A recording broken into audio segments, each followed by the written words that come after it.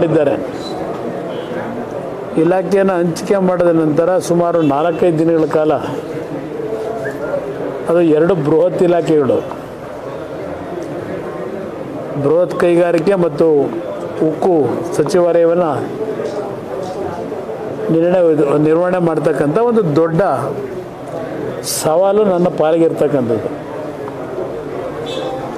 ಈ 2 ಇಲಾಖೆಗಳ ನಿರ್ವಹಣೆ ಮಾಡ್ತಕ್ಕಂಥದ್ದು ಅಷ್ಟು ಸುಲಭವಾದಂಥ ಕೆಲಸವೂ ಅಲ್ಲ. ಈ ಒಂದು ಜವಾಬ್ದಾರಿಯನ್ನು ಕೊಟ್ಟಿದ್ದಾರೆ. ಇದು ಒಂದು ಕಠಿಣವಾದಂಥ ಹಾದಿ ಅಂತಕ್ಕಂಥದ್ದು ನಾನು ಮನಗಂಡಿದ್ದೇನೆ. 4 ದಿನಗಳು ದೆಹಲಿಯಲ್ಲಿ ನಾನೇನು 2 ಇಲಾಖೆಗಳ ಅಧಿಕಾರಿಗಳ ರಿವ್ಯೂ ಮೀಟಿಂಗನ್ನು ಮುಗಿಸಿ ಒಂದು ಪ್ರಮುಖವಾಗಿ ಸ್ಟೀಲ್ ಮಿನಿಸ್ಟ್ರಿಗೆ ಸೇರಿರ್ತಕ್ಕಂಥ ಒಂದು ರಾಜ್ಯದ ಸುಮಾರು 50 ವರ್ಷಗಳಿಂದ ನಡೀತಾ ಇರತಕ್ಕಂಥ ಒಂದು PSU ಸಂಸ್ಥೆ, ಕುದುರೆಮುಖ ಐರನ್ ಓರ್, ಪ್ರಥಮವಾಗಿ ನಾನು ಸೈನ್ ಹಾಕಿದೆ. ಪ್ರಥಮವಾದಂಥ ಒಂದು ಸಹಿ ರಾಜ್ಯದ ಒಂದು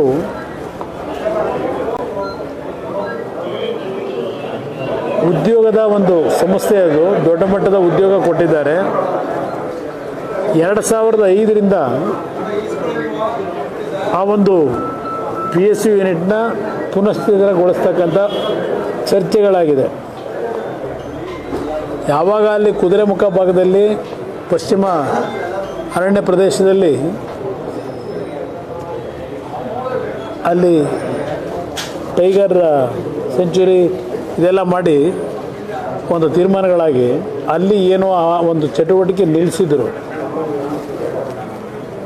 ಅದಕ್ಕೆ ಪ್ಯಾರಲಲ್ ಆಗಿ ಬೇರೊಂದು ಭಾಗದಲ್ಲಿ ಯಾವೊಂದು ಗಣಿಯನ್ನು ಮಾಡಲಿಕ್ಕೆ ಚರ್ಚೆಗಳು ಪ್ರಾರಂಭ ಆಯಿತು. ಈ ಒಂದು ಮೈನಿಂಗಿಗೆ 2016ರಲ್ಲಿ ಈ ಒಂದು ಕುದುರೆಮುಖ ಯೂನಿಟ್ಗೆ ರಾಜ್ಯ ಸರ್ಕಾರ ಸುಮಾರು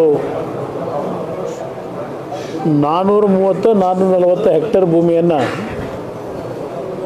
ಗಣಿ ಚಟುವಟಿಕೆಗಳು ಕೊಟ್ಟಿದ್ದಾರೆ. ಅದನ್ನು ಕೇಂದ್ರ ಸರ್ಕಾರವು ಒಪ್ಪಿಗೆ ಕೊಡೋದು. ಕೇಂದ್ರ ಸರ್ಕಾರದ ಒಪ್ಪಿಗೆ ನಂತರ ಅಲ್ಲಿ ಕೇಂದ್ರದ MOEF ಏನಿದೆ, ಮಿನಿಸ್ಟ್ರಿ ಆಫ್ ಎನ್ವಿರಾನ್ಮೆಂಟ್ ಫಾರೆಸ್ಟ್, ಅವರು ಸಹ ಸಂಪೂರ್ಣವಾಗಿ ಒಪ್ಪಿಗೆ ಕೊಟ್ಟಿದ್ದಾರೆ. ನಾನು ಆ ಒಂದು ಸಹಿಯನ್ನು ಹಾಕಿರ್ತಕ್ಕಂಥದ್ದು ಸ್ವಲ್ಪ ಚರ್ಚೆಗಳು ನಡೀತು ರಾಜ್ಯದಲ್ಲಿ. ಹಿರೇಮಠ ಅವರು ಈ ಒಂದು ವಿಷಯವನ್ನು ಪುನಃ ಪರಿಶೀಲಿಸಬೇಕು ಅಂತಕ್ಕಂಥದ್ದು ಹೇಳಿದ್ದಾರೆ.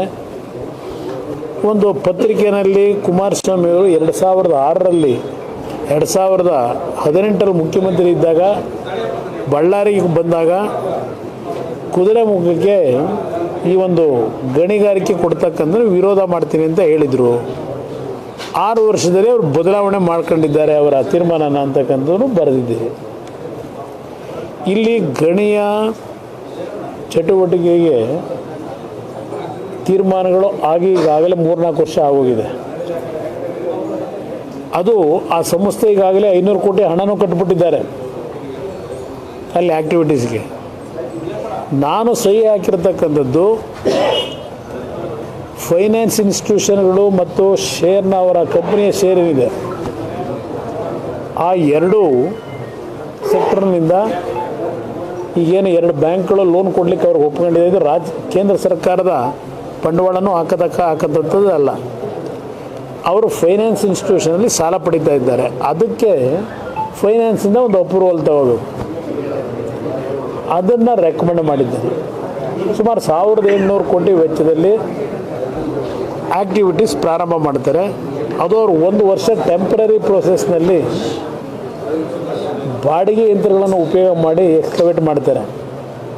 ಅಲ್ಲಿ ಇನ್ನೂ ಎಷ್ಟು ಪ್ರಮಾಣದಲ್ಲಿ ಅದ್ರ ದೊರಕುತ್ತದೆ ಇದೆಲ್ಲವನ್ನು ಒಂದು ಅಳತೆ ಆದ ಸಿಕ್ಕಿದ ಮಾಹಿತಿ ದೊರಕದ ನಂತರ ಆಮೇಲೆ ಮುಂದಿನ ಚಟುವಟಿಕೆಗಳಿದೆ.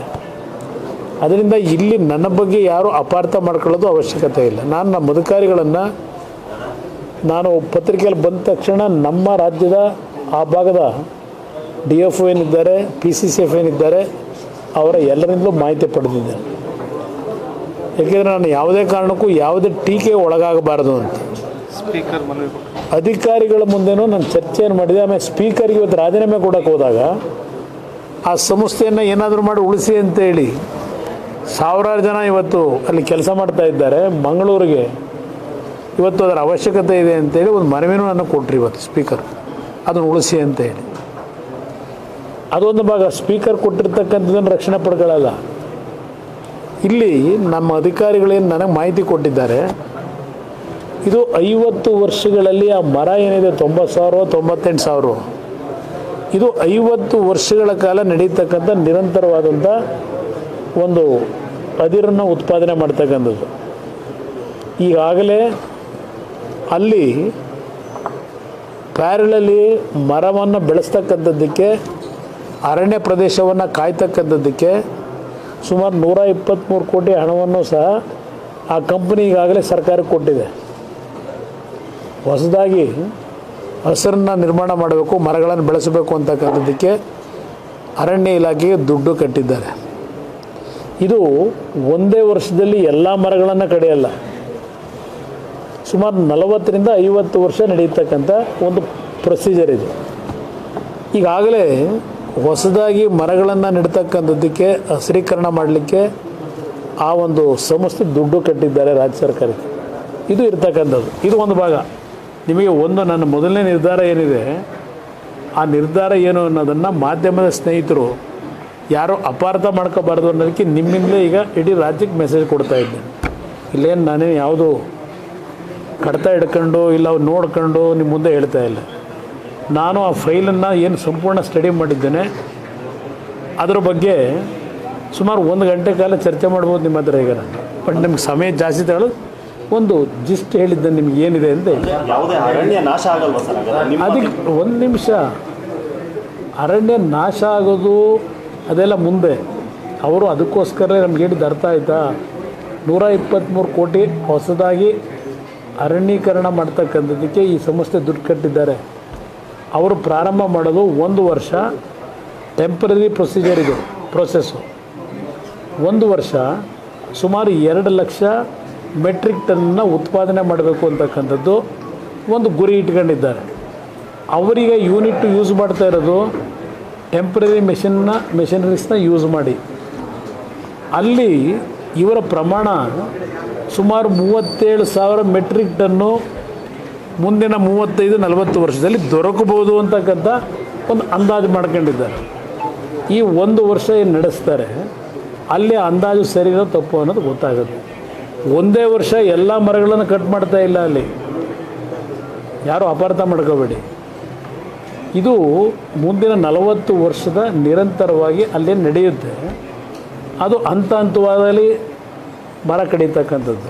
ಅದಕ್ಕೆ ಈಗಾಗಲೇ 123 ಕೋಟಿ ಹಣ ಕಟ್ಟಿ, ಇನ್ನು 2-3 ಸಹ ಇದಕ್ಕೆ ಇನ್ನೂ ಸ್ವಲ್ಪ 7 ಕೋಟಿ 3 ಕೋಟಿ 2 ಸಹ ಇದಕ್ಕೆ ಕೊಟ್ಟಿದ್ದಾರೆ. ಕೊಟ್ಟು ಅರಣ್ಯವನ್ನು ಬೆಳೆಸ್ತಕ್ಕಂಥದ್ದಕ್ಕೂ ಈಗಾಗಲೇ ಅಡ್ವಾನ್ಸ್ ಆಗಿ ಅಲ್ಲಿ ಏನು ಮಾಡಬೇಕು ಅಂತಕ್ಕಂಥ ಪ್ರಕ್ರಿಯೆಗಳು ಪ್ರಾರಂಭ ಮಾಡ್ತಾರೆ. ಒಂದು ವರ್ಷದಲ್ಲಿ ಅವರು ಅಂದಾಜು ಆಗಲಿಲ್ಲ ಅಂದ್ರೆ ಏನಾಗುತ್ತೆ? ಅದ ನಂತರ ಅದು ಚರ್ಚೆ, ಈಗಲ್ಲ. ಸರ್, ರಾಜ್ಯ ಸರ್ಕಾರ ಪೆಟ್ರೋಲ್ ಮತ್ತು ಡೀಸೆಲ್ ದರವನ್ನು ಏರಿಕೆ ಮಾಡಿದೆ ಸರ್. ₹3. ಈ ಮತ್ತಿಗೆ 2,000 ಕೊಡಬೇಕಲ್ಲ ಅವರು. ಮುಖ್ಯಮಂತ್ರಿಗಳು ಕೊಡ್ತೀನಿ ಅಂತ ಹೇಳಿದಾರಲ್ಲ 2,000. ಏನು ನಾಳೆ ಬೆಳಗ್ಗೆ ಟ್ರಂಕಲ್ಲಿ ತುಂಬ್ಕೊಂಬರೋಕ್ಕಾಯ್ತದ ನಾನು? ಸ್ವಲ್ಪ ಇದು ಕೂತಿರಬೇಕು, ಅದು ಕೂತಿರಬೇಕು. ಈಗ ₹3 ಡೀಸೆಲ್ ಬೆಲೆ, ಇದು ಸೆಸ್ಸು 3.90 ಸೆಸ್ಸಿಗೆ, ₹1 ಪೆಟ್ರೋಲ್ಗೆ ಸೆಸ್ಸು. ಪೆಟ್ರೋಲು 3, ಇದು 3. Diesel ₹3.50 petrol ₹3. ಇದು ಯಾರು ಹೊರೆ ಆಗುತ್ತೆ? ರಾಜ್ಯ ಸರ್ಕಾರಕ್ಕೆ ಹೊರೆನಾ? ಸಾರ್ವಜನಿಕರಿಗೆ ಅಲ್ವಾ? ಈಗಾಗಲೇ ಮದ್ಯ ಮಾರಾಟದಲ್ಲಿ ಜನಸಾಮಾನ್ಯರ ಮೇಲೆ ಹೊರೆ ಹಾಕಾಯಿತು. ಸ್ಟ್ಯಾಂಪ್ಸ್ ಆ್ಯಂಡ್ ರಿಜಿಸ್ಟ್ರೇಷನಲ್ಲಿ ಹೊರೆ ಹಾಕಾಯಿತು, ಗೈಡ್ಲೈನ್ಸ್ ವ್ಯಾಲ್ಯೂ ಜಾಸ್ತಿ ಮಾಡಾಯಿತು. ಈಗ ಇಲ್ಲಿ ಸೆಸ್ನ ಇವತ್ತು ಇಷ್ಟು ದೊಡ್ಡ ಮಟ್ಟದಲ್ಲಿ ಬಹುಶಃ ತೀರ್ಮಾನ ಫಸ್ಟ್ ಟೈಮ್ ರಾಜ್ಯದಲ್ಲಾಗಿರೋದು. ಅಂದರೆ ಅವರ 5 ಗ್ಯಾರಂಟಿ ಕಾರ್ಯಕ್ರಮಕ್ಕೆ ಸರ್ಕಾರದ ಆದಾಯದಲ್ಲಿ ಕೊರತೆ ಏನಾಗ್ತಾ ಇದೆ, ಅದಕ್ಕೆ ಇದನ್ನೇನು ಈಗ ಏರಿಕೆ ಮಾಡ್ತಕ್ಕಂಥದ್ದು ಹೊರಟಿದ್ದಾರೆ ಸೆಸ್ನ. ಇದು ಜನಸಾಮಾನ್ಯರ ವಿರೋಧಿ ಸರ್ಕಾರ ಅಂತಕ್ಕಂಥದ್ದು ನೀವು ಅರ್ಥ ಮಾಡ್ಕೋಬೋದು ನನ್ನ ಅಭಿಪ್ರಾಯದಲ್ಲಿ. ಡೀಸೆಲ್ ಬೆಲೆ ಏರಿಕೆ ಜಾಸ್ತಿ ಆದರೆ ಟ್ರಾನ್ಸ್ಪೋರ್ಟೇಷನ್ ಮೇಲೆ ಆಗ್ತಕ್ಕಂಥ ಪರಿಣಾಮ ಏನು, ಅದರ ಮೇಲೆ ಆಗ್ತಕ್ಕಂಥ ಅವರ ಬೆಲೆ ಏರಿಕೆ ಇದೆಯಲ್ಲ ಟ್ರಾನ್ಸ್ಪೋರ್ಟೇಷನ್ಗೆ ರೇಟ್ ರೈಸ್ ಮಾಡೋದು ಬಾಡಿಗೆ, ಅದರ ಹೊಡೆತ ರೈತರ ಮೇಲೆ ಎಷ್ಟು ಬೀಳುತ್ತೆ, ಇದೆಲ್ಲ ಚೈನ್ ಲಿಂಕ್ ಇದೆ. ಈ ಸರ್ಕಾರ 2 ವೀಲರ್ಸ್ ಇದೆಲ್ಲ ಭಾಳ ವಿಷಯ ಚರ್ಚೆ ಮಾಡ್ಬೋದು. ಈ ತೀರ್ಮಾನ ಮಾಡಿರ್ತಕ್ಕಂಥದ್ದು ಜನವಿರೋಧಿ ನೀತಿ. ಒಂದು, ಆ 5 ಗ್ಯಾರಂಟಿ ಕೊಡ್ತೀವಿ ಬಡವ್ರಿಗೋಸ್ಕರ ಅಂತ ಏನು ಹೇಳ್ತಾರೆ, ಅದೇ ಬಡವ್ರ ಜೋಬಿಗೆ ಕಿಸೆಗೆ ಕೈ ಹಾಕ್ತಾ ಇದ್ದಾರೆ ಅಷ್ಟೇ. MB ಪಾಟೀಲ್ ಸಮರ್ಥನೆ ಮಾಡ್ಕೊಂಡಿದ್ದಾರೆ ಸರ್. MB ಪಾಟೀಲ್ ಕೂಡ ಸಮರ್ಥನೆ ಮಾಡ್ಕೊಂಡಿದ್ದಾರೆ. ಅವ್ರು ಸಮರ್ಥನೆ ಮಾಡ್ಕೊಳ್ಳೇಬೇಕಲ್ಲ, ವಿರೋಧ ಮಾಡೋಕ್ಕಾಗತ್ತಾ? ಗ್ಯಾರಂಟಿಗೆ ಬೇಕು ಅನ್ನೋಕ್ಕೋಸ್ಕರ ಹೆಚ್ಚಳ ಮಾಡ್ತಿದ್ದೀವಿ ಅಷ್ಟೇ. ಅದಕ್ಕೇನೆ ಹಂಗಿದ್ರೆ ಇವರೇನು ಕೊಡೋದು ಗ್ಯಾರಂಟಿ? ಜನಗಳ ತಲೆ ಹೊಡೆದು ಬಡವ್ರ ಜೋಬಿಗೆ ಕೈ ಹಾಕಿ ಇವ್ರದ್ದು ದುಡ್ಡು ವಸೂಲಿ ಮಾಡ್ಕೊಂಡು ಇವ್ರು ಕೊಡೋದೇನಿದೆ ಗ್ಯಾರಂಟಿ? ಕೇಂದ್ರ ಸರ್ಕಾರ ನಿರ್ಧಾರ ಮಾಡಿದಾಗ ಇವರೇ ಟೀಕೆ ಮಾಡ್ತಿದ್ರು. ಕೇಂದ್ರ ಸರ್ಕಾರದ ಬಗ್ಗೆ ಏನೇನು ಟೀಕೆ ಮಾಡ್ಕೊಂಡ್ರೆ ನಿಮ್ಮ ಮುಂದೆನೇ ಇದೆಯಲ್ಲ. ಅದರಿಂದ ಇದೆಲ್ಲ ಯಾವ ಒಂದು ನಿಮಿಷ, ನಾನು ಇದು ಇವತ್ತಿನ ವಿಷಯದಲ್ಲಿ ರಾಜ್ಯ ಸರ್ಕಾರದ ತೀರ್ಮಾನದ ಬಗ್ಗೆ ಜನಕ್ಕೆ ಅರ್ಥ ಆಗ್ತದೆ, ಸ್ವಲ್ಪ ಸಮಯ ಬೇಕಷ್ಟೆ. ಜನವೇ ತೀರ್ಮಾನ ಮಾಡ್ತಾರೆ ಈಗ ಇವೆಲ್ಲ ವಿಷಯಗಳ ಮೇಲೆ. ಅದಷ್ಟೇ ಅಲ್ಲ, ಈ ಸರ್ಕಾರ ಜನತೆಯ ತೆರಿಗೆ ಹಣವನ್ನು ದುರ್ಬಳಕೆ ಆಗ್ತಕ್ಕಂಥದ್ದನ್ನು ತಡೆಗಟ್ಟದೆ ದುಡ್ಡನ್ನು ಒಂದು ಕಡೆ ಲೂಟಿ ನಡೀತಾ ಇದೆ. ಈಗಾಗಲೇ ನೀವೇ ತೋರಿಸ್ತಾ ಇದ್ದೀರಿ, ಅದು ಯಾವುದೋ ಒಂದು ವಾಲ್ಮೀಕಿ ಅಭಿವೃದ್ಧಿ ನಿಗಮ 87 ಕೋಟಿ, ಅದು ಯಾವುದೋ ಮದ್ಯದ ಅಂಗಡಿ ಮಾಲೀಕನು ಹೋಗೈತಂತೆ, ಮತ್ತಿನ ಯಾರೋ ಪೆಟ್ರೋಲ್ ಬಂಕ್ನಾನು ಹೋಗೈತಂತೆ. ಇದೇನೋ ಏನೋ ನೀವೇ ಹೇಳ್ಕೊಂಡಿದ್ದೀರಲ್ಲ, ದುಡ್ಡು ಹೋಗಿರೋದು ಸರ್ಕಾರದ ರಾಜ್ಯದ ಜನತೆ ದುಡ್ಡಿದು. ಇವತ್ತು ನಿಮ್ಮ HK ಪಾಟೀಲ್ರು ಏನು ಹೇಳೋರೆ, ಅವರ ಪ್ರವಾಸೋದ್ಯಮ ಇಲಾಖೆಯಲ್ಲಿ ಯಾವ ಬೋರ್ಡ್ ಕಾರ್ಪೊರೇಷನ್ ಇದ್ದಾವೆ, ಎಲ್ಲೆಲ್ಲಿ ದುಡ್ಡು ತಗೊಂಡೋಗಿ ಪ್ರೈವೇಟಲ್ಲಿ ಇಟ್ಟಿದ್ದೀರಿ, ಅದೆಲ್ಲವನ್ನು ವಾಪಸ್ ತರಬೇಕು ಅಂತ ಈಗೇನು ಅವರು ಒಂದು ಹೇಳಿಕೆ ಕೊಟ್ಟವ್ರೆ. ಇವೆಲ್ಲ ನೀವು ತೆಗೆದುಬಿಟ್ರೆ ಯಾವ್ಯಾವ ಇಲಾಖೆಯಲ್ಲಿ ಎಷ್ಟೆಷ್ಟು ದೋಚವರು, ಈ ರೀತಿ ದೋಚ್ಕೊಂಡು ಮತ್ತೆ ಜನಗಳ ಮೇಲೆ ತೆರಿಗೆ ವಿಧಿಸ್ಕೊಂಡು ಎಷ್ಟು ದಿವಸ ಈ ಆಟ ಆಡ್ತೀರಿ? ಇದನ್ನು ಕೇಳಲಿಕ್ಕೆ ಬಯಸ್ತೀನಿ ಅವರಿಗೆ. ಅಧಿಕಾರಿ ಅಕೌಂಟಲ್ಲಿ 3.5 ಕೋಟಿ, ಇನ್ನೊಂದು 15 ದಿವಸ ಹೋದ್ರೆ ಇವೆಲ್ಲ ಮುಚ್ಚ ಹೋಯ್ತವೆ, ದುಡ್ಡು ಬರ್ತದೋ ಇಲ್ಲೋ ಗೊತ್ತಿಲ್ಲ ವಾಪಸ್ಸು.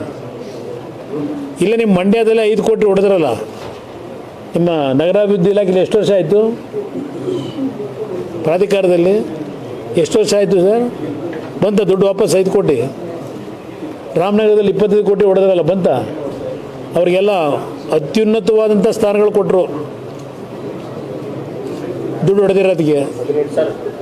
ಮಿನಿಸ್ಟರ್ ಆಗಿ ಮೊದಲನೇ ಬಾರಿ ಮಂಡ್ಯಕ್ಕೆ ಬಂದ್ರಿ ಸರ್, ಆಡಳಿತ ವ್ಯವಸ್ಥೆ ರೆಸ್ಪಾನ್ಸ್ ಆಗಿತ್ತು ಸರ್, ಅಧಿಕಾರಿಗಳು ಅನುಭವ ನಾನು ಇದು ಹೊಸದಾಗಿ ಅಧಿಕಾರ ಸ್ವೀಕಾರ ಮಾಡಿದ್ದೇನೆ. ಬೃಹತ್ ಇಲಾಖೆಗಳು, ನಾನು ಅದಕ್ಕೆ ಹೇಳಿದೆ ಮೊದಲೇ ಕಠಿಣವಾದಂಥ ಹಾದಿ, ಸ್ವಲ್ಪ ಒಂದು 15-20 ದಿವಸ ಬೇಕು ನಾನು ಇನ್ನೂ ಇದ್ರ ಬಗ್ಗೆ ತಿಳ್ಕೊಳ್ಳಿಕ್ಕೆ. ಸರ್, ಈಗ ಪ್ರೋಟೋಕಾಲ್ ಪ್ರಕಾರ ನಿಮ್ಮನ್ನ ಬಾರ್ಡರ್ ಬಂದು ರಿಸೀವ್ ಮಾಡ್ಕೋಬೇಕು ಜಿಲ್ಲಾ ಮಟ್ಟದ ಅಧಿಕಾರಿಗಳು ಅಲ್ವಾ? BCನೂ ಇರಲಿಲ್ಲ, ಏನಾದ್ರು ಆ್ಯಕ್ಷನ್ ತಗೋತೀರಿ? ಇವತ್ತು ಅಧಿಕಾರಿಗಳು ಬಂದು ನನ್ನನ್ನು ರಿಸೀವ್ ಮಾಡಲಿಕ್ಕೆ ನಾನು ಪಕ್ಷದ ಕಾರ್ಯಕರ್ತಗಳು ಬೇರೆ ಉದ್ದಕ್ಕೂ ಮೆರವಣಿಗೆ ಮತ್ತು ಎಲ್ಲ ಕಡೆ ಜನ ನಿಂತಿದ್ರು. ಪಾಪ ಅವ್ರ ಅಧಿಕಾರಿಗಳು ಇದಕ್ಕೆ ಯಾಕೆ ಬರ್ತಾರೆ? ಇಲ್ಲಿ ಜನರಲ್ಲಿ ಮುಂದಿನ ದಿನಗಳಲ್ಲಿ ರಿಸೀವ್ ಮಾಡ್ಬೇಕಾದ್ರೆ ಒಂಥರ. ನಾನು 2 ಬಾರಿ ಅಧಿಕಾರ ನಡೆಸಿದ್ದೇನೆ, ನನಗಿಲ್ಲಿ ಯಾವ ದೊಡ್ಡ ಪ್ರೆಸ್ಟೀಜ್ ಇಲ್ಲ. ಅಯ್ಯೋ ಅಧಿಕಾರಿಗಳು ಬರಲಿಲ್ಲ, ಅವ್ರಿಗೆ ನೋಟಿಸ್ ಕೊಡಬೇಕು ಅಂತ ಹೇಳೋಣಲ್ಲ. ನಾನು ಅಲ್ಲಿ ಇವತ್ತಿನ ನನ್ನ ಕಾರ್ಯಕ್ರಮ ಏನಿದೆ, ಈ ಕಾರ್ಯಕ್ರಮಕ್ಕೆ ಅವ್ರನ್ನ ಇನ್ವಾಲ್ವ್ ಮಾಡೋದು ಸರಿನಾ? ಅದರಿಂದ ಕರೆದಿಲ್ಲ. ಸರ್, ಈಗ ಮಂಡ್ಯ ಒಂದು ದೊಡ್ಡ ಹಳ್ಳಿ ಇದೆ, ಇಂಡಸ್ಟ್ರಿಗಳು ಬರಲ್ಲ, ಇಲ್ಲಿ ಉದ್ಯೋಗಗಳಿಲ್ಲ ಅನ್ನೋ ಒಂದು ಅಣೆಪಟ್ಟಿದೆ ಸರ್. ನಿಮ್ಮ ನೋಡಿ, ನಾನು ನಾಳೆ ಬೆಳಗ್ಗೆನೇ ಎಲ್ಲ ತಂದುಬಿಡ್ತೀನಿ ಅಂತಲೂ ಹೇಳಲ್ಲ. ಮಂಡ್ಯ ಜಿಲ್ಲೆಯ ಜನತೆಯ ನಿರೀಕ್ಷೆ ಇದೆ. ನಾನು ಚುನಾವಣೆಗೆ ನಿಲ್ಲಬೇಕಾದ್ರೆ ಪ್ರತಿಯೊಬ್ಬ ಸಾಮಾನ್ಯ ನನ್ನ ರೈತ ಬಂಧುಗಳು ಕುಮಾರಣ್ಣ ಏನಾದರೂ ಇಲ್ಲಿ ನಿಂತು ಮುಂದೆ ಕೇಂದ್ರದಲ್ಲಿ ಮಂತ್ರಿ ಆದರೆ ಅವರೆಲ್ಲರ ಆಸೆ ಇದ್ದಿದ್ದು ಕೃಷಿ ಸಚಿವನಾಗಬೇಕು ಅಂತ ಎಲ್ಲರ ಆಸೆ. ಆದರೆ ಇವತ್ತು ಪ್ರಧಾನಮಂತ್ರಿಗಳು ಅದಕ್ಕಿಂತಲೂ ಇನ್ನೂ ಹೆಚ್ಚಿನ ಒಂದು ಜವಾಬ್ದಾರಿಯನ್ನು ಕೊಟ್ಟಿದ್ದಾರೆ. ನಾನು ಕೃಷಿ ಇಲಾಖೆಯ ಸಚಿವನಾಗದೇ ಇರ್ಬೋದು, ಆದರೆ ಆ ಇಲಾಖೆಯನ್ನು ನಿರ್ವಹಣೆ ಮಾಡ್ತಕ್ಕಂಥ ಮಂತ್ರಿಗಳ ಜೊತೆಯಲ್ಲಿ ಚರ್ಚೆ ಮಾಡ್ತಕ್ಕಂಥದ್ದು, ನಮ್ಮ ರೈತರಿಗೆ ಆಗ್ತಕ್ಕಂಥ ಅನಾನುಕೂಲಗಳ ಬಗ್ಗೆ ಕ್ಯಾಬಿನೆಟ್ನಲ್ಲಿ ಚರ್ಚೆ ಮಾಡ್ತಕ್ಕಂಥದ್ದಕ್ಕೆ ನನಗೆ ಅವಕಾಶ ಇದೆ. ಮಂಡ್ಯ ಜಿಲ್ಲೆಯ ಒಟ್ಟಾರೆ ಸಮಗ್ರ ಅಭಿವೃದ್ಧಿಗೆ ಏನೇನು ಮಾಡಬೇಕು ಅಂತಕ್ಕಂಥದ್ದು ನಾನು ಅಧಿಕಾರಿಗಳ ಜೊತೆನೂ ಒಂದು ಸಭೆ ಇವತ್ತೇ ಮಾಡಬೇಕು ಅಂತ 4 ಗಂಟೆಗೆ ಬರಬೇಕಾಗಿದ್ದು ನಾನು. ಈಗಾಗಲೇ ನಾನು ಜಿಲ್ಲಾಧಿಕಾರಿಗಳಿಗೆ ಸಲಹೆ ಕೊಟ್ಟಿದ್ದೇನೆ. ಯಾವ್ಯಾವ ತಾಲೂಕಿನಲ್ಲಿ ಏನು ಪ್ರಮುಖವಾಗಿ ಕೆಲವು ಸರ್ಕಾರದಿಂದ ಕಾರ್ಯಕ್ರಮಗಳಾಗಬೇಕಾಗಿದೆ ಒಂದು ಪಟ್ಟಿ ಮಾಡಿ ಅಂತ ಹೇಳಿದ್ದೇನೆ. ಈಗಲೂ ಸಹ ಮತ್ತೆ ನಾನು ಅವರಿಗೆ ಕೆಲವು ವಿಷಯ ಚರ್ಚೆ ಮಾಡ್ತೇನೆ. ಮತ್ತೆ ಪುನಃ ಮುಂದಿನ ಶುಕ್ರವಾರ ಏನಾದರೂ ಒಂದು 2 ದಿನ ಬಿಡುವು ಮಾಡ್ಕೊಳ್ಳಿಕ್ಕೆ ಟ್ರೈ ಮಾಡ್ತೀನಿ. ಯಾಕೆ ಅಂದರೆ ನಮಗೆ ಕನಿಷ್ಠ 4 ದಿನ ದೆಹಲಿಯಲ್ಲೇ ಇರಬೇಕಾಗತ್ತೆ. ಯಾರೋ ಆತಂಕ ಬೇಡ ಜನತೆಗೆ. ನಾವು ಮಾಧ್ಯಮದಲ್ಲಿ ಏನೋ ಕುಮಾರಸ್ವಾಮಿ 4 ದಿನ ಕೈಗೆ ಸಿಗಲ್ಲ ಅಂಥೇಳಿ ಮತ್ತು ನಾಳೆ ಬೆಳಗ್ಗೆ ನೀವು ಹೇಳ್ಬಿಟ್ಟು ಜನಕ್ಕೆ ಆತಂಕ ಆಗಬಾರದು. 3 ದಿನ ರಾಜ್ಯದಲ್ಲಿ ದೇಶದ ಒಂದು ರಾಜ್ಯಕ್ಕೆ ಹೋಗಬೇಕಾಗತ್ತೆ. ಏಕೆಂದರೆ ಕೋಟ್ಯಾಂತರ ರೂಪಾಯಿ ಇವತ್ತು ಇನ್ವೆಸ್ಟ್ಮೆಂಟ್ಗಳಿದೆ ಹಲವಾರು PSUಗಳಲ್ಲಿ. ಸ್ಪಾಟ್ ಇನ್ಸ್ಪೆಕ್ಷನ್ಗಳು ಮಾಡಬೇಕು, ಬರೀ ಕಚೇರಿಲಿ ಕೂತು ಮಾಡೋಕ್ಕಾಗಲ್ಲ. ಮತ್ತು 1 ದಿನ ಮಂಡ್ಯ ಜಿಲ್ಲೆಗೆ ಸಮಯ ಮೀಸಲಿಡ್ತೇನೆ. 1 ದಿನ ರಾಜ್ಯದಲ್ಲಿ ಯಾವುದಾದ್ರು ಒಂದು ಜಿಲ್ಲೆ ಹೋಗಲೇಬೇಕು. ಈ ರೀತಿ ಕಾರ್ಯಕ್ರಮ ಹಾಕೋದ್ರ ಜೊತೆಗೆ ನಾನು ಕಾಂಪಿಟಿವ್ ಚೈನಾ ಅಂತ ಹೇಳಿ 2018 ಮುಖ್ಯಮಂತ್ರಿ ಇದ್ದಾಗ 9 ಜಿಲ್ಲೆಯಲ್ಲಿ ಒಂದು ಕಾರ್ಯಕ್ರಮ ಕೊಡಬೇಕು ಅಂತ ಏನಿದ್ದೆ, ನಿರುದ್ಯೋಗ ಸಮಸ್ಯೆ ಬಗೆಹರಿಸಲಿಕ್ಕೆ. ಇದು ಎಲ್ಲದರ ಬಗ್ಗೆ ರಿವ್ಯೂ ಮಾಡ್ತಾ ಇದ್ದೇನೆ. ಕೇಂದ್ರ ಸರ್ಕಾರದಿಂದ ಯಾವ ರೀತಿಯಲ್ಲಿ ಕೆಲವು ಕೈಗಾರಿಕೋದ್ಯಮಗಳನ್ನು ತರಬಹುದು ರಾಜ್ಯಕ್ಕೆ, ಮಂಡ್ಯ ಜಿಲ್ಲೆಗೆ ಏನು ಮಾಡಬೇಕಾಗುತ್ತೆ, ಇದೆಲ್ಲದರ ಬಗ್ಗೆ ಒಂದು ಒಟ್ಟಾರೆ ಸಮಗ್ರವಾದಂಥ ಮಾಹಿತಿ ಪಡೆದು ಶಾಶ್ವತವಾದಂಥ ಕೆಲಸ ಆಗಬೇಕು. ಸರ್, ಈಗ ತಾವು ಕೇಂದ್ರ ಸಚಿವರಾದರೆ ಜಿಲ್ಲೆಯ ಅಭಿವೃದ್ಧಿ ಮತ್ತು ರಾಜ್ಯದ ಅಭಿವೃದ್ಧಿ ರಾಜ್ಯ ಸರ್ಕಾರ ಮತ್ತು ರಾಜ್ಯದ ಸಚಿವರುಗಳ ಸಹಕಾರ ಮಾಡೋಕ್ಕಾಗೋದಿಲ್ಲ ಅನ್ನುವಂಥದ್ದು ಕೂಡ ನಾನು ಈಗಾಗಲೇ ಇವರ ಮನೆ ಅವರಿರೋದು ಯಾತಕ್ಕೆ ನನಗೆ ಕೆಲಸ ಮಾಡಲಿಕ್ಕೆ ಸಹಕಾರ ಕೊಡಲಿಕ್ಕೆ ಅವ್ರನ್ನ ಮಂತ್ರಿ ಮಾಡಿದ್ದಾರೆ. ಮಂಡ್ಯ ಜಿಲ್ಲೆ ಜನ ಕೇಳಲಿಕ್ಕೆ ಬಯಸ್ತೀನಿ ಅವರಿಗೆ. ಅವ್ರನ್ನ ಮಂತ್ರಿ ಮಾಡ್ಕೊಂಡಿರೋದು ಸರ್ಕಾರದಲ್ಲಿ ನನಗೇನಾದರೂ ಕಾರ್ಯಕ್ರಮವನ್ನು ರೂಪಿಸ್ಲಿಕ್ಕೆ ಆ ಸಹಕಾರ ಕೊಡಿ ಅಂತ ಜಿಲ್ಲೆಯ ಜನ ಅವ್ರನ್ನ ಆಯ್ಕೆ ಮಾಡಿದ್ದಾರಾ? ಆಮೇಲೆ ಮುಂದಕ್ಕೆ ಅವೆಲ್ಲ ಚರ್ಚೆ ಮಾಡೋಣಂತ ಏನು ಮಾಡಬೇಕು ಅನ್ನೋದು ನನಗೂ ಸ್ವಲ್ಪ ಆಳಿದ ಅನುಭವ ಏನಿದೆ, ಏನು ಯಾವ ರೀತಿ ತರಲಿಕ್ಕೆ ಅವಕಾಶಗಳಿದೆ. ಕೆಲವು ದೆಹಲಿಯಲ್ಲಿರ್ತಕ್ಕಂಥ ಕೇಂದ್ರ ಸರ್ಕಾರದ ಕೆಲವು ಯೋಜನೆಗಳೇನಿದೆ ಯಾವ ರೀತಿ ತರಬೇಕು ಅಂತಕ್ಕಂಥದ್ದು ಸ್ವಲ್ಪ ಉದಾಹರಣೆ ಕೊಟ್ಟು ಹೇಳಿದ್ರು ಸರ್. ರಾಜ್ಯಕ್ಕೆ ಏನು ಅಭಿವೃದ್ಧಿ ಅನ್ನೋಂಥದ್ದು ಕೂಡ ಹೇಳಿದ್ರು. ನಾನು ಬೇರೆಯವ್ರ ಬಗ್ಗೆ ಯಾಕೆ ಚರ್ಚೆ ಮಾಡಲಿ? ನನಗೊಂದು ಜವಾಬ್ದಾರಿ ಇದೆ. ನನಗೆ ಈ ಜಿಲ್ಲೆಯ ಜನ ಗೆಲ್ಲಿಸಿದ್ದಾರೆ. ನಾನು ಯಾವ ರೀತಿ ಕೆಲಸ ಮಾಡಬೇಕು ಅಂತ ಹೇಳಿ ನಾನು ಇನ್ನೊಬ್ಬರ ಕೈಯಲ್ಲಿ ಹೇಳಿಸ್ಕೊಂಡು ಮಾಡಬೇಕಾ? ನೋಡೋಣಂತೆ. ಸರ್, ಕಾವೇರಿ ವಿವಾದ ಬಗೆಹರಿಸ್ತೀವಿ ಅಂತ ಹೇಳಿದ್ವಿ. ಕಾವೇರಿ ವಿವಾದ 120 ವರ್ಷದ್ದು, 120-130 ವರ್ಷದ್ದು ಬ್ರಿಟಿಷರ ಕಾಲದಿಂದ ನಡೀತಾ ಇದೆ. ಕೆಲವು ಕಾನೂನಿನ ವ್ಯಾಪ್ತಿಯೊಳಗೆ ದೇವೇಗೌಡರ ಜೊತೆನೂ ನಾನು ಚರ್ಚೆ ಮಾಡಿದ್ದೇನೆ. ಮೇಕೆದಾಟು ವಿಷಯಕ್ಕೆ ಸಂಬಂಧಪಟ್ಟಾಗೇ ಯಾವ ರೀತಿ ನಾವು ತೀರ್ಮಾನಗಳು ಮಾಡಬೇಕಾಗತ್ತೆ, ಇದೆಲ್ಲ ನಾನು ಇಲ್ಲಿ ಸಾರ್ವಜನಿಕವಾಗಿ ಚರ್ಚೆ ಮಾಡೋಕ್ಕಾಗಲ್ಲ. ಕೆಲವು ವಿಷಯ ಸೆನ್ಸಿಟಿವ್ ವಿಷಯಗಳನ್ನು ಯಾವ ರೀತಿ ಲೀಗಲಿ ಫೈಟ್ ಮಾಡಬೇಕು, ಅದಕ್ಕೆ ನಾವೇನು ನಮ್ಮ ಒಂದು ಎಫರ್ಟ್ ಏನಿದೆ ಹಾಕಬೇಕಾಗಿದೆ, ಅದು ಹಾಕಿ ನಮ್ಮ ರಾಜ್ಯದ ನೀರನ್ನು ಬಳಕೆ ಮಾಡ್ಕೊಳ್ಳಿಕ್ಕೆ ಒಂದು ಪ್ರಯತ್ನ ಯಾವ ರೀತಿ ಕಾನೂನು ವ್ಯಾಪ್ತಿಯೊಳಗೆ ನಾವು ಮಾಡಬೇಕು. ಇದು ಫಂಡಮೆಂಟಲ್ ಈ ಒಂದು ಸಿಸ್ಟಮ್ನಲ್ಲಿ, ಪ್ರಜಾಪ್ರಭುತ್ವ ವ್ಯವಸ್ಥೆಯಲ್ಲಿ ನಾವು ಸೂಕ್ಷ್ಮವಾಗಿ ಕೆಲಸ ಮಾಡಬೇಕಾಗತ್ತೆ. ಅದರಿಂದ ಜಿಲ್ಲೆಯ ಜನತೆಯ ನಿರೀಕ್ಷೆ ಏನಿದೆ ಆ ನಿರೀಕ್ಷೆಯನ್ನು ಈಡೇರಿಸ್ತಕ್ಕಂಥದ್ದಕ್ಕೆ ಪ್ರಾಮಾಣಿಕವಾಗಿ ಪ್ರಯತ್ನ ಪಡ್ತೀವಿ. ನೋಡೋಣ, ಅವೆಲ್ಲ ಮುಂದೆ ಮಾತಾಡೋಣ, ಇಲ್ಲವೆಲ್ಲ ಮಾತಾಡೋಕ್ಕಾಗಲ್ಲ. ಹಲವಾರು ಕಾರ್ಖಾನೆಗಳು ಕರ್ನಾಟಕದಲ್ಲಿ ನೈಪಥ್ಯಕ್ಕೆ ಸಿಗ್ತಿದೆ. ಅದು ಕುಮಾರಣ್ಣವ್ರಿಗೆ ಚಾಲೆಂಜ್ ಆಗ್ತದೆ ಸರ್, ಸವಾಲು. ನೀವು ಇಷ್ಟೆಲ್ಲ ಮಾತ್ರ ನಾವು ಒಬ್ಬರಿಗೆ ಏನು ಸ್ವಲ್ಪ ಕಾರ್ಯಕರ್ತರು ಸುಮ್ಮನೆ ಇರೋಣ.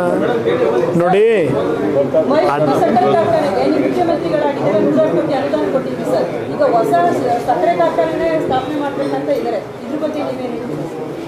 ಅವರು ಹೊಸ ಕಾರ್ಖಾನೆ ಸ್ಥಾಪನೆ ಮಾಡೋದಿದೆಯಲ್ಲ, ಸರ್ಕಾರದಿಂದ ದುಡ್ಡಿಟ್ಟವ್ರ ಅವ್ರು ಹೇಳಿರೋದೇನು, ಆ ಕಾರ್ಖಾನೆಯ ಆಸ್ತಿ ಇದೆಯಲ್ಲ ಅದನ್ನು ಮಾರಾಟ ಮಾಡಿ ಹೊಸದಾಗಿ ಏನೋ ಮಾಡ್ತೀವಿ ಅಂತ ಅಲ್ವ ಹೇಳಿರೋದು. ದುಡ್ಡಿಟ್ಟವ್ರ ಕಾರ್ಖಾನೆ ಕಟ್ಟಕ್ಕೆ. ಇವೆಲ್ಲ ಭಾಳ ಇಶ್ಯೂ ಇದೆ. ಆಗೋದಿಲ್ಲ ಅಂತಾನೆ ಸರ್ ಮಾತಿನ ಹತ್ರ? ಮಾಡ್ತೀವಿ, ಅದಕ್ಕೆ ಕಾಲ ಬರುತ್ತೆ. ಆಗಲ್ಲ ಅನ್ನೋದು ಹೇಳಲ್ಲ ಸರ್ಕಾರ. ನನಗೆ ಗೊತ್ತಿಲ್ಲ, ನೋಡು ಅವ್ರು ಏನು ಮಾಡ್ತಾರೋ ಏನೋ. ಮುಖ್ಯಮಂತ್ರಿಗಳು ಕರ್ಕೊಂಬಂದು ಘೋಷಣೆ ಮಾಡಿ ದೊಡ್ಡ ಸನ್ಮಾನನೂ ಮಾಡಿಲ್ವಾ? ಪುಟ್ಗಟ್ಲೆ ಜಾಹೀರಾತು ಕೊಡಲಿಲ್ವಾ ಕಾರ್ಖಾನೆ ಬಂದೇ ಹೋಯ್ತು ಅಂತ ಹೇಳಿ? ಸರ್ ನೀವು ಹಿಂದೆ ಒಂದು ಮಾತಾಡಿ ಸರ್, ದರ್ಶನ್ ಅವ್ರ ಬಗ್ಗೆ ಜನರ ಮುಂದೆ ಆಗಕ್ಕಾಗಲ್ಲ ಅಂತ. ಅದು ಯಾಕೆ ನನಗೆ ಸಂಬಂಧ ಇರೋ ಸಬ್ಜೆಕ್ಟ್, ಅದು ನನ್ನ ಸಬ್ಜೆಕ್ಟ್ ಅಲ್ಲ. ಈಗ ಒಂದು ನಿಮಿಷ, ನನ್ನ ಕೆಲಸ ದಯವಿಟ್ಟು ಇನ್ನು ಮುಂದಕ್ಕೆ ನಿಮ್ಮೆಲ್ಲರಿಗೂ ಮನವಿ ಮಾಡೋದು, ಕೇಂದ್ರ ಸರ್ಕಾರದಲ್ಲಿ ಮಂತ್ರಿಯಾಗಿ ನಾನು ಏನು ಕೆಲಸ ಮಾಡಬೇಕು, ನಿಮಗೇನಾದರೂ ಫೀಡ್ಬ್ಯಾಕ್ ಇದ್ದರೆ ನನಗೆ ಒಂದು ಸಲಹೆ ಕೊಡಿ. ಮಂಡ್ಯ ಜಿಲ್ಲೆಯ ಸಮಸ್ಯೆಗಳಿಗೆ ಏನು ತರಬಹುದು, ಯಾವ ರೀತಿ ನಾನು ಕೆಲಸ ಮಾಡಲಿಕ್ಕೆ ಅವಕಾಶ ಇದೆ, ಆ ಸಲಹೆ ಇದ್ದರೂ ಕೊಡಿ. ಇನ್ನು ಉಳಿದಿದ್ದು ಯಾವ ವಿಷಯಗಳನ್ನು ಚರ್ಚೆ ಮಾಡೋಣ.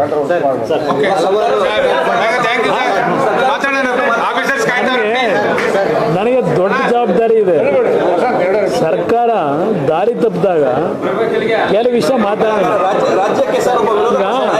ಒಂದು ನಿಮಿಷ, ಈಗ ನಿಮ್ಮ ಸೆಸ್ ಬಗ್ಗೆನೇ ಹೇಳಿದ್ರಿ, ಸೆಸ್ ಬಗ್ಗೆನೇ ಹೇಳಿಲ್ವ? ಈಗ ಸೆಸ್ ಭಾಳ ಜನ ಇದ್ದಾರಲ್ಲ ನಾಯಕರು, ಅಧಿಕೃತ ವಿರೋಧ ಪಕ್ಷ ನಮ್ಮದು BJP ಎರಡು ಸೇರಿ 86 ಜನ ಇದ್ದಾರೆ. ವರಿ ಮಾಡಬೇಡಿ. ಹಲವಾರು ತುಂಬಾ ಚೆನ್ನಾಗಿರುವಂತ ಕಾರ್ಖಾನೆಗಳು ಮಾಡೋಣ ಬ್ರದರ್. ಎಲ್ಲ ವಿಷಯಗಳನ್ನು ಕ್ರೋಢೀಕರಿಸ್ತಾ ಇದ್ದೀನಿ ನಾನು. ಇದೆಲ್ಲದ್ರದ್ದು ಗಮನದಲ್ಲಿದೆ. ಏನೇನು ಮಾಡಬೇಕು ಅನ್ನೋದು ನನ್ನದೇ ಆದಂಥ ಒಂದು ಟೈಮ್ ಟೇಬಲ್ ಇದೆ. ಅದೆಲ್ಲವನ್ನು ಮುಂದಿನ ದಿನಗಳಲ್ಲಿ ನಿಮಗೆ ಉತ್ತರ ಸಿಗುತ್ತೆ. ಇದಕ್ಕೆಲ್ಲ ನಾನು ಒಂದು ಮಂಡ್ಯ ಜಿಲ್ಲೆಯ ಜನತೆಗೆ ನಿಮ್ಮಗಳ ಮುಖಾಂತರ ಮನವಿ ಮಾಡ್ತಕ್ಕಂಥದ್ದು, ನನ್ನ ಮೇಲೆ ದೊಡ್ಡ ವಿಶ್ವಾಸ ಇಟ್ಟು ದೊಡ್ಡ ಮಟ್ಟದ ಜವಾಬ್ದಾರಿ ಕೊಟ್ಟಿದ್ದಾರೆ ಮಂಡ್ಯ ಜಿಲ್ಲೆಯ ಜನತೆ. ಜಿಲ್ಲೆಯ ಜನತೆಗೆ ಮನವಿ ಮಾಡ್ತೀನಿ, ನಿಮ್ಮ ಮುಖಾಂತರ ಯಾವುದೇ ರೀತಿಯಲ್ಲೂ ಆತಂಕ ಬೇಡ. ನಾನು ಎಷ್ಟೇ ನನ್ನ ಕೆಲಸದಲ್ಲಿ ಬ್ಯುಸಿ ಇದ್ದರೂ ನನ್ನ ಒಂದು ಸಂಪೂರ್ಣವಾದಂಥ ಕಣ್ಣು ಮಂಡ್ಯ ಜಿಲ್ಲೆ ಮೇಲೆ ಇರುತ್ತೆ. ಸಂಪೂರ್ಣ ಅಭಿವೃದ್ಧಿಗೆ ನಾನು ಸಂಪೂರ್ಣವಾಗಿ ಜಿಲ್ಲೆಯ ಜನತೆಯ ಒಂದು ನಂಬಿಕೆಯನ್ನು ಉಳಿಸ್ಕೊಳ್ತಕ್ಕಂಥ ಕೆಲಸ ಮಾಡ್ತೀನಿ. ಅದರಿಂದ ಯಾರು ನನ್ನ ಬಗ್ಗೆ ಆತಂಕ ಪಡೋದು ಬೇಡ.